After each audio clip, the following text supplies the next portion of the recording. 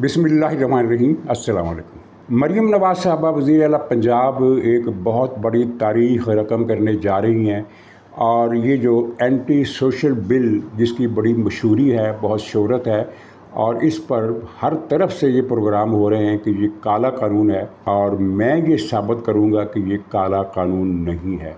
हवाई बात नहीं कर रहा, मैं ये साबित करूँगा आपके सामने और आप देख लीजिएगा कि ये काला कानून नहीं है और ये पास होगा या नहीं होगा। फ़िलहाल तो ख़बर ये है कि इसे अगस्त तक के लिए मुलतवी कर दिया गया है, इस पर हम बात करेंगे। और फिर ये कि इस्लामाबाद वाली शैतान की खाला बाज नहीं आई, वो अपने बिल पर डट गई है और कहा है कि ये बिल पास करा के रहेंगे। और कुछ ख़बरें ईरान लबनान की, लबनान में इसराइल ने हिजबुल्लाह की वो सुरंग टनल तबाह कर दी है जिसका मैंने जिक्र किया था 2 दिन पहले कि उसको घेर लिया गया है। लेकिन इतला ये है कि तबाही से पहले वहाँ हिजबुल्लाह के तमाम गुरीले या बेशतर गुरीले वहाँ से निकल गए। अलबत्ता ये टनल जो तबाह हुई हो इसमें भारी हथियारों का बहुत बड़ा ज़ख़ीरा था जो उड़ा दिया गया है। इसके अलावा हिजबुल्लाह के 3 कमांड सेंटर भी तबाह किए गए, वहाँ कुछ लोग मारे गए हैं। और फिर ये कि ओमान ने हुर्मस पर टैक्स लगाने की फिर मुखालफत कर दी है और ईरान के तीसरे राब्ते के बाद ओमान के वज़ीर ख़ारजा बदरुल बूसीदी इनका बयान आया है, इंटरव्यू आया, उन्होंने कहा है कि हम इस वादे पर, इस अहद पर कायम हैं कि हुर्मस पर कोई टैक्सेशन नहीं होना चाहिए। तो तेहरान में पासदारान इनकलाब का एक जुलूस निकला है। उस जुलूस में स्टेज पर अमेरिका ईरान मुफाहमती मसवदे की कापी को नज़र आतिश करके अपना इज़हार नाराज़गी किया गया है और मुतालबा ये बढ़ता जा रहा है ईरान के क़दामत पसंदों की तरफ से या इंतहा पसंदों की तरफ से कि ईरान इस मुआहदे को तोड़ दे, इस मुआहदे से निकल आए। तो चलिए आगाज़ करते हैं कि ये जो एंटी सोशल बिहेवियर के नाम से एक बिल लाया जा रहा है, तो इसमें क्या इसे काला कानून कहना दुरुस्त है? क्योंकि मैंने जितने भी प्रोग्राम सुने हैं इलेक्ट्रॉनिक मीडिया पर, टीवी स्टेशंस पर, अखबारात में इक्का दुक्का चीज़ें आई हैं, अखबारात में ज़्यादा मवाद नहीं आया लेकिन टीवी पर ये प्रोग्राम चल रहे हैं। इसके अलावा सोशल मीडिया पर, यूट्यूब पर, ट्विटर पर, फेसबुक पर हर तरफ धूम है इस कानून की और कोई शख्स भी इस कानून के हक़ में बात नहीं कर रहा और जो भी उठता है वो ये कहता है कि ये काला कानून है। मैं चैलेंज करता हूँ कि ये किसी एतबार से भी काला कानून नहीं है। और ये मैं अपनी बात समझाने के लिए एक पुराना वाक़या, मेरा अपना वाक़या और लेकिन बहुत पुराना, जब मैं प्राइमरी स्कूल में पढ़ता था, शायद हम दूसरी तीसरी या चौथी, अब याद नहीं है कौन सी जमात में थे, लेकिन प्राइमरी स्कूल के बिल्कुल दरमियान में 5वीं जमात से बहुत पहले का ये वाक़या है कि हम कुछ दोस्त बैठे थे, किसी शख्सियत का जिक्र हुआ तो एक लड़का जो हम में सीनियर था, सीनियर इन मानों में कि वो उम्र में 3-4 साल बड़ा था और उसका दाखिला लेट हुआ था, लेकिन हम उसको बड़ा मोतबर समझते थे क्योंकि वो उम्र में बड़ा था और वो बातें बड़ी बड़ी करता था। मैंने फ़लाँ जगह भी देखी, मैंने फ़लाँ जगह भी देखी, फ़लाँ जगह भी गया, फ़लाँ से भी मिला, इस तरह की बातें करता था। तो उस शख्सियत का जिक्र छिड़ा तो उसने कहा कि यार उसका रंग बहुत काला है। कहने लगा इतना काला रंग है उसका, इतना काला रंग है कि मैं बता नहीं सकता, तुम सोच नहीं सकते, बस तुम्हारी सोच है कि वो इतना काला, इस तरह की वो बातें करता रहा। तो किसी लड़के ने पूछा कि यार इतना काला, कुछ तो बताओ कि कितना काला रंग हो सकता है।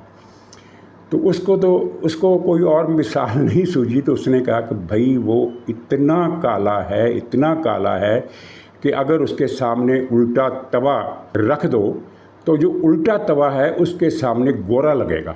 इस पर हम सब की हंसी निकल गई कि उल्टा तवा कैसे गोरा लग सकता है। तो वो डट गया, कहने लगा कि नहीं, वो इतना काला है कि उसके सामने उल्टा तवा भी गोरा लगेगा, वो इतना काला है। तो वो आज इतने बरसों के बाद मुझे याद आई कि काले कानून को समझना चाहिए कि काला कानून होता क्या है। काला कानून अंग्रेज़ों ने नाफज किया था बर्रे सगीर में।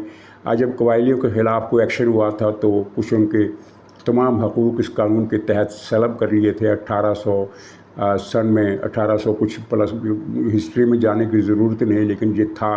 और काले कानून वो होते हैं जो शुमाली कोरिया वालों ने नाफज किए, काले कानून वो होते हैं जो सोवियत यूनियन में राज थे, काले कानून वो होते हैं जो यूरोपीय कॉलोनियल मुल्कों ने, डेनमार्क ने, बेल्जियम ने, पुर्तगाल ने, स्पेन ने, फ्रांस ने, अफ्रीकी मुल्कों पर नाफज किए थे। अंग्रेज़ तो फिर भी बहुत बेहतर थे, फ्रांसीसियों और इनके ख़ास तौर पर डेनमार्क है, बेल्जियम है, इनके मुकाबले में बहुत बेहतर अंग्रेज़ों की जो कॉलोनी थी, सिस्टम कॉलोनियल सिस्टम जो था वो इनसे बहुत बेहतर था। तो वो होते हैं काले कानून, या फिर किसी दर्जे में काले कानून वो होते हैं जो अयूब खान ने नाफज किए, या ज़ियाउल हक ने नाफज किए, या परवेज़ मुशर्रफ ने नाफज किए, उनको काले कवानीन कहा जाता है।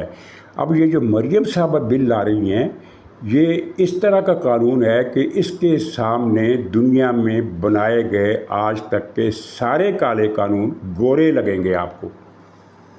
अंग्रेज़ों ने 1860 में जो कानून बनाया कबायली आबादियों के ख़िलाफ़, वो भी गोरा लगेगा। जो सोवियत यूनियन ने कानून बनाया अपने ज़माने में, जो ख़त्म हो गया सोवियत यूनियन, वो भी गोरे हैं। जो शुमाली कोरिया में जो कुछ नाफज है मरियम नवाज़ साहबा के इस बनाए गए बिल के मुकाबले में, वो भी गोरे कवानीन हैं। यानी ये वो कानून है कि जिसके सामने आलमी हिस्ट्री, वर्ल्ड हिस्ट्री के सारे काले कानून गोरे और चिट्टे हैं। ये इतना काला कानून है। तो आप अगर इसको काला कानून कहते हैं तो मेरे ख्याल में नज़र सानी करें, ये काला कानून नहीं है, ये काला कानून से बहुत ऊपर है। और मरियम साहबा वो तारीख़ रकम करने जा रही हैं जो आज तक किसी तारीख़ साज ने, किसी और तारीख़ साज ने रकम नहीं की है। ये अलग बात है कि बाद सियानों का कहना है कि अब इनकी अपनी तारीख़ रकम होने वाली है, क्योंकि इन्होंने बैड गवर्नेंस की और जुल्म की और जबर की और आमरीत की तमाम रेड लाइन्स अबूर कर ली हैं पंजाब में जो कुछ किया गया है।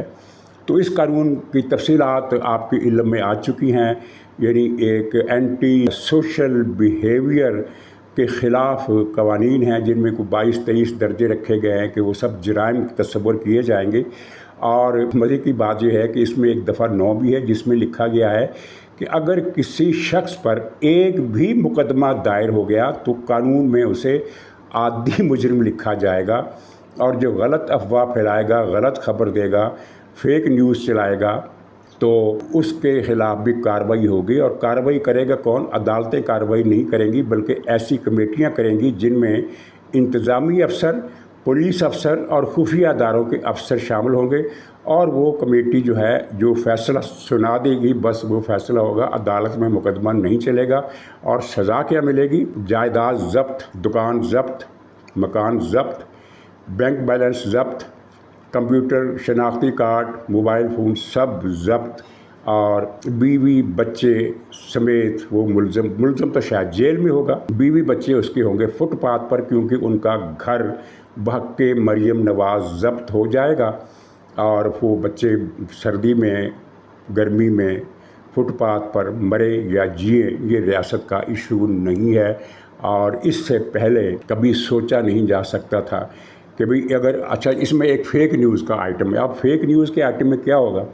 अब तो लोग तनकीद कर रहे हैं ना, मसलन एक आदमी उठकर सवाल पूछता है, सवाल गलत है या सही है, उस पर आप बहस कर सकते हैं, लेकिन वो सवाल पूछता है कि मोहतरमा आपको तालीम से इतनी चिढ़ क्यों है, आप तालीम से इतनी नफ़रत क्यों करती हैं, आपको तालीम से क्या दुश्मनी है, आपने पंजाब से तालीम का जो सफाया कर दिया। लोग कहते हैं ना, झूठ कहते होंगे लेकिन कहते हैं, तो ठीक है, उनको बर्दाश्त कर लिया जाता है। अगर कोई बहुत ज़्यादा शोर मचाएगा तो पकड़ कर उसे आर्डिनेंस के तहत जो पहले से चल रहे हैं 3 साल के लिए उसको जेल कर देंगे, और क्या करेंगे। लेकिन अब अगर कोई ये सवाल पूछेगा कि मोहतरमा आपको तालीम से इतनी नफ़रत क्यों है, आपका किसानों ने क्या बिगाड़ा है, क्यों किसानों के घर उजाड़ रही हैं और क्यों लोगों की बस्तियां बर्बाद कर रही हैं तजावज़ात के नाम पर, तो ये जो सवाल करेगा उसकी अब होगी जायदाद ज़ब्त, उसका बैंक अकाउंट होगा सील, और उसके बीवी बच्चे होंगे फुटपाथों पर, और ख़ुद वो होगा जेल के अंदर। तो ये कानून बन रहा है। और इसमें सितम ज़रीफ़ी देखिए, जो जानवरों पर जुल्म करेगा उस पर भी ये सज़ा होगी। जानवरों पर जुल्म की सज़ा तो मिलनी चाहिए, लेकिन ये कौन सी गवर्नमेंट कह रही है कि जानवरों पर जुल्म भी काबिल सज़ा होगा? वो हुकूमत कह रही है जिसने एक तारीख़ लिख डाली, कई हज़ार जानवरों को ज़िंदा दफन करके। लाहौर में ये वाक़या पेश आया, नीला गुंबद के इलाके में गालबन, जहाँ जानवरों की एक पूरी मार्केट जो थी वो बिलडोज़र के ज़रिए मलबे तले दफन कर दी गई। उसमें بے شمار پرندے تھے، بے شمار بلیاں تھیں، بے شمار کتے تھے، بے شمار دوسرے جانور تھے، ان سب جانوروں کو زندہ دفن کر دیا، اور ایک لہجے کے لیے بھی محترمہ کے ماتھے پر شکن نہیں آئی کہ یہ میں نے کیا کر ڈالا۔ اور وہ حکومت جس نے پچھلے دنوں ایک مہم چلائی کتوں کو بہت بے رحمی کے ساتھ مارنے کی، جس پر پھر عدالت نے روک لگائی۔ کتوں کو کس طرح مارا جاتا ہے؟ ٹیمیں آتی ہیں، ایک ایک گولی مار کر چلی جاتی ہیں۔ اب اس کے بعد کتے کی قسمت ہے کہ وہ 6 گھنٹے تڑپ تڑپ کر مرے، یا 2 دن تک تڑپ تڑپ کر مرے، یا فوراً ہی مر جائے۔ تو اس حکومت نے کتوں کے ساتھ یہ کیا، حالانکہ کتا مار مہم کے انسانی طریقے بھی ہوتے ہیں۔ انسانی طریقے کیا ہوتے ہیں؟ سب سے اچھا طریقہ تو دنیا کے کئی ملکوں میں نافذ بھی ہے کہ کتوں کو پکڑ کر انہیں اولاد پیدا کرنے کے ناقابل بنا دیا جاتا ہے۔ اس طرح کتوں کی آبادی خود بخود رک جاتی ہے، اور اگر کتوں کو مارنا ہی مقصد ہے تو ان کے سر میں گولی مار دی جاتی ہے تاکہ وہ فوراً ہی مر جائیں، انہیں ایک ناقابل بیان قسم کی جہنمی اذیت کا سامنا نہ کرنا پڑے۔ لیکن جہاں یہ بھی نہیں ہوا تو اچھا، عادی مجرم کیا؟ کسی شخص پر اس کے مخالف نے ایک مقدمہ درج کر دیا تو وہ گنا جائے گا عادی مجرم، اور یہ ایک شخص کوئی بھی ہو سکتا ہے، حتیٰ کہ سرکاری افسر بھی ہو سکتا ہے۔ یعنی حکومت کے ایما پر کوئی بھی سرکاری اہلکار، کوئی سرکاری افسر کسی بھی شخص کے خلاف مقدمہ درج کرا دے تو وہ بن جائے گا عادی مجرم۔ پھر اس کے بعد کمیٹی اسے بلائے گی اور اسے مجرم ڈکلیئر کر کے اس کی جائیداد ضبط وغیرہ کا سارا فیصلہ کرے گی۔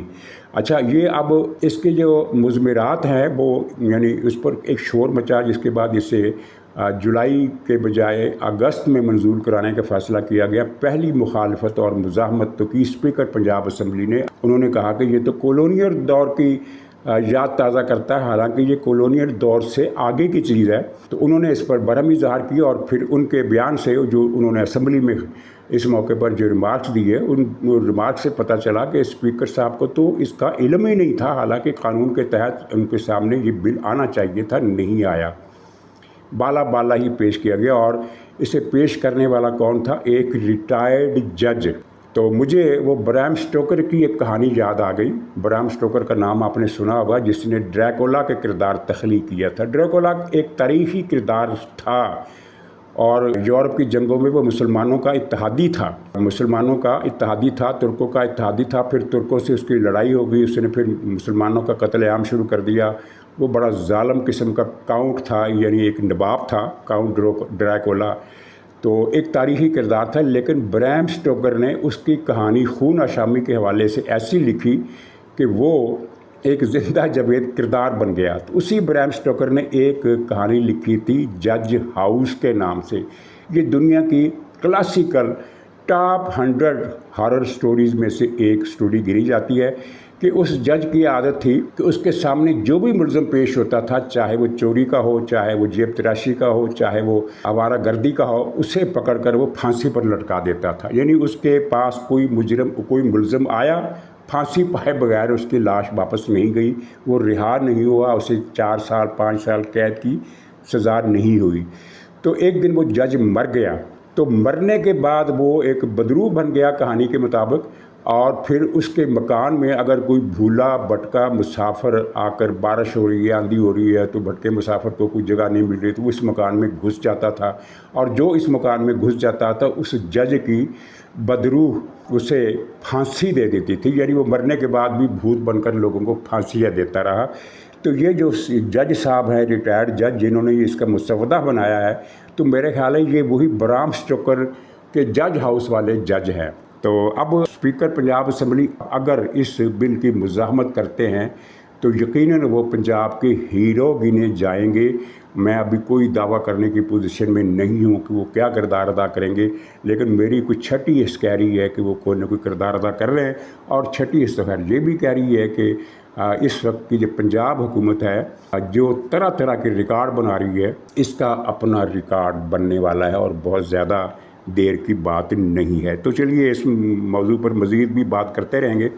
اسلام آباد کی جو شیطان کی خالہ ہے، اس نے بھی ایک بل پیش کیا ہوا ہے کہ جس کے تحت حکومت کسی بھی شخص کا مکان جائیداد قبضے میں لے سکتی ہے، وہی موبائل فون کمپنیوں کے ٹاور کے بہانے۔ تو اس پر بھی بڑی تنقید ہوئی، لیکن وہ ایسی بے شرم عورت ہے خیر سے کہ اسے ذرا بھی شرم نہیں ہے، اور کل پرسوں اس کا بیان آیا کہ یہ بل تو پاس ہوگا۔ خواجہ آصف کو چاہیے کہ وہ اس پرائیویٹلی طور پر اس بھتیجے سے بات کر لیں، اپنی اس بھتیجے سے بات کر لیں کہ کیوں وہ ان کا نام بھی بدنام کر رہی ہے۔ ایسی عورت کے خلاف تو آئین کے آرٹیکل 6 کے تحت کیس بننا چاہیے، وہ آئین کے خلاف بل لا رہی ہے۔ تھوڑا سا ذکر اب امریکہ ایران مسئلے کا، تو زیادہ لمبی چوڑی باتیں نہیں ہیں۔ ایک تو وہ ٹنل جس کا میں نے ذکر کیا تھا اسے اسرائیل نے کل تباہ کر دیا، اور خاصا اس میں نقصان ہوا۔ نقصان سے مراد یہ ہے کہ وہاں بہت زیادہ ڈرون، طیارے، میزائل اور دوسرے راکٹ اور ہتھیار تھے جو وہ چھوڑ گئے حزب اللہ والے، اور جیسا کہ میں نے اپنے پروگرام میں یہ اشارہ دیا تھا کہ وہ نکل بھی سکتے ہیں، کیونکہ جب سرنگیں بناتے ہیں تو وہ فرار کے رستے بھی اس میں بنا کر رکھتے ہیں۔ ایسا کبھی نہیں ہوا کہ سرنگیں بنانے والوں نے فرار کا رستہ نہ بنایا ہو۔ یہ الگ بات ہے کہ وہ فرار کے رستوں پر بھی محاصرہ کر لیا جائے اور انہیں نکلنے نہ دیا جائے، یہ بڑا مشکل کام ہوتا ہے۔ اور جہاں بھی یہی ہوا کہ جب وہ گوریلے نکل گئے تو پھر اسرائیل نے اس ٹنل کو تباہ کر دیا۔ اس کے علاوہ حزب اللہ کے 3 کمانڈ سینٹر بھی تباہ کر دیے ہیں، جن میں کچھ ان کے کمانڈر وغیرہ مارے بھی گئے ہیں، کچھ 6-7 کمانڈروں کی اطلاع ہے جو مارے گئے ہیں۔ ایران اس پر کیا ری ایکشن دے گا یہ دیکھنا پڑے گا۔ عمان جو ایران کا اس وقت واحد سہارا ہے کہ وہ ہرمز پر اس کے کنٹرول میں مدد دینے کے لیے کوئی میکینزم بنائے جس کے تحت ٹیکسیشن کی جائے، تو اس نے تیسری مرتبہ بھی انکار کر دیا ہے۔ اور اس کی وزیر خارجہ بدر البسیدی نے ایک بیان دیا ہے اور کہا ہے کہ ہم تو کمیٹڈ ہیں کہ ہرمز پر کوئی ٹیکس نہیں لگائیں گے، ہرمز پر کوئی ٹیکس نہیں لگنا چاہیے۔ تو ایران کے لیے ایک بڑی مایوس کن خبر ہے۔ اور تہران میں ایک جلوس نکلا ہے، اور روز نکلتے ہیں وہاں جلوس مفاہمت کے خلاف۔ پاسداران انقلاب کی قیادت کا بیان آیا ہے کہ اس معاہدے کو ختم کر دیا جائے۔ کہان انٹرنیشنل نے ایڈیٹوریل لکھا کہ یہ معاہدہ ختم کر دیا جائے۔ تو اس جلوس میں 14 نکاتی مفاہمتی معاہدے کو نظر آتش کر دیا گیا ہے۔ ایران کے صدر پزشکیان بڑے پرعزم ہیں کہ نہیں، ہم اس معاہدے کو کامیاب کرائیں گے۔ تو آج قطر میں دونوں ملکوں کے درمیان مذاکرات کی بحالی کی توقع ہے، اور ایرانی حکومت نے ہی قطر سے رابطہ کیا۔ صدر ٹرمپ نے کہا کہ مجھ سے درخواست کی گئی، غلط ہے، صدر ٹرمپ سے کوئی درخواست نہیں کی گئی، درخواست کی گئی قطر سے کہ آپ ارینجمنٹ کریں۔ یعنی ایران کی انیشیٹو پر یہ قطر کی آج کی ملاقات ہو رہی ہے، ملاقات ہوتی ہے یا نہیں ہوتی، اور اس میں کیا ہوتا ہے آج شام تک پتہ چل جائے گا۔ تو یہ اب تک کی صورتحال ہے۔